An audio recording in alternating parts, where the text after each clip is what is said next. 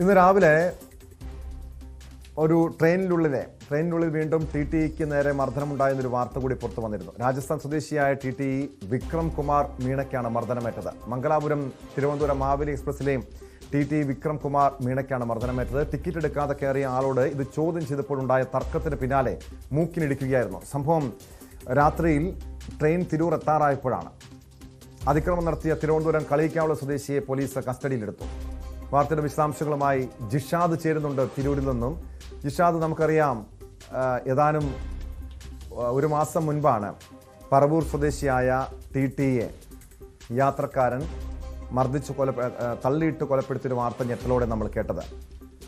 ഇതുമായി ബന്ധപ്പെട്ട് അന്വേഷണം നടത്തിയപ്പോൾ നിരവധി ട്രെയിനുകളിൽ ഓരോ ദിവസവും ടിടിഇമാർ ആക്രമണത്തിന് ഇരകളാകുന്നുണ്ട് എന്ന വിവരങ്ങൾ പുറത്തു വന്നിരുന്നു. ടിക്കറ്റ് എടുക്കാതെ യാത്ര ചെയ്യുന്ന ഇതര സംസ്ഥാനക്കാരാണ് ഇതിന് പിന്നിൽ എന്നൊക്കെ നമ്മൾ വാർത്ത റിപ്പോർട്ട് ചെയ്തപ്പോൾ, പക്ഷേ ഏറെ നിർഭാഗ്യകരമായ കാര്യം തിരുവനന്തപുരം സ്വദേശിയാണ് ഈ ടിടിഇയെ മർദ്ദിച്ചത് എന്ന വിവരമാണ് പുറത്തു വന്നിരിക്കുന്നത്. എന്താണ് മർദ്ദനത്തിന് കാരണമെന്ന് വ്യക്തമായിട്ടുണ്ടോ?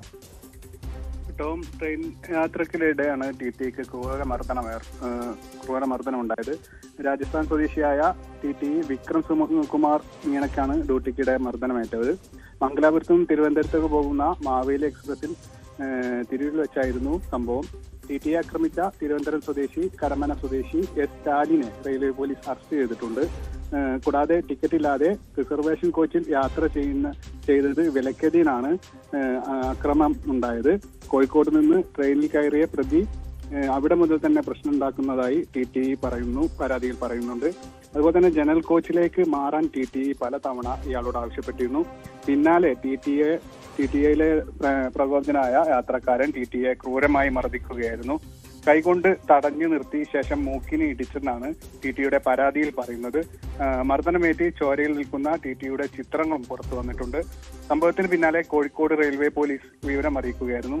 തുടർന്ന് തിരൂരിൽ വെച്ച് പ്രതിയെ റെയിൽവേ പോലീസ് കസ്റ്റഡിയിലെടുത്തു.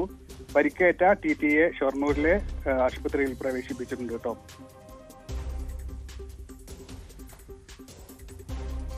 ഈ അക്രമിയായിട്ടുള്ള തിരുവനന്തപുരം കളിയിക്കാവുള്ള സ്വദേശി ഇയാൾ ഏതെങ്കിലും ലഹരിക്കടിമയായിരുന്നോ, അതോ യാതൊരു പ്രകോപനവും ഇല്ലാതെ ഇങ്ങനെ മർദ്ദിക്കാനുള്ള കാരണം എന്താണ് ജിഷാദ്?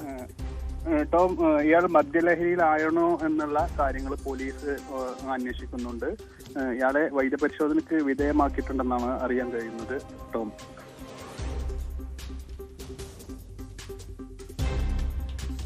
ഇപ്പോൾ നിലവിൽ ഏതൊക്കെ വകുപ്പുകൾ ചുമത്തിയാണ് കേസ് എടുത്തതെന്ന് സംബന്ധിച്ചുള്ള എന്തെങ്കിലും വിവരങ്ങൾ ലഭ്യമായിട്ടുണ്ടോ? നിലവിൽ പ്രതിയുടെ അറസ്റ്റ് രേഖപ്പെടുത്തിയെന്നാണ് മനസ്സിലാക്കാൻ കഴിയുന്നത്. തിരൂരിൽ വെച്ചായിരുന്നു പ്രതിയെ റെയിൽവേ പോലീസ് കസ്റ്റഡിയിലെടുക്കുന്നത്. ശേഷം കോഴിക്കോട്ടിലേക്ക് കൊണ്ടുപോകും.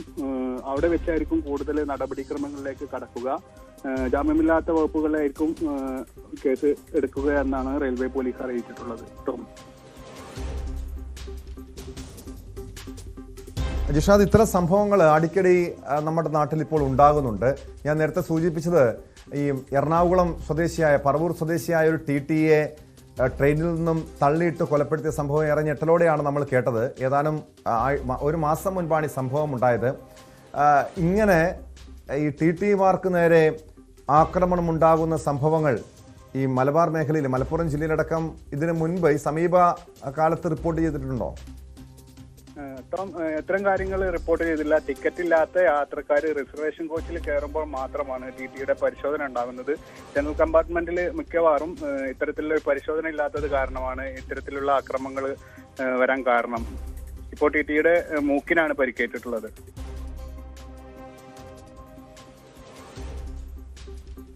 വ്യക്തമാണ്. ജിഷാദാണ് തിരൂരിൽ നിന്നും വിവരങ്ങൾ നൽകിയത്. ജിഷാദ് വളാഞ്ചേരിയാണ് വിവരങ്ങൾ നൽകിയത്. ട്രെയിനിനുള്ളിലാണ് വീണ്ടും ടിടിഇക്ക് നേരെ മർദ്ദനമുണ്ടായത്. രാജസ്ഥാൻ സ്വദേശിയായ ടിടിഇ വിക്രം കുമാർ മീണയെ യാത്രക്കാരനായ തിരുവനന്തപുരം കളിയിക്കാവുള്ള സ്വദേശി മൂക്കിനിടിക്കുകയായിരുന്നുവെന്നാണ്. ടിക്കറ്റ് എടുക്കാതെ കയറിയത് ചോദ്യം ചെയ്തതിന്റെ പേരിലായിരുന്നു ആക്രമണം എന്നാണ് പോലീസ് നൽകുന്ന വിവരം. തിരുവനന്തപുരം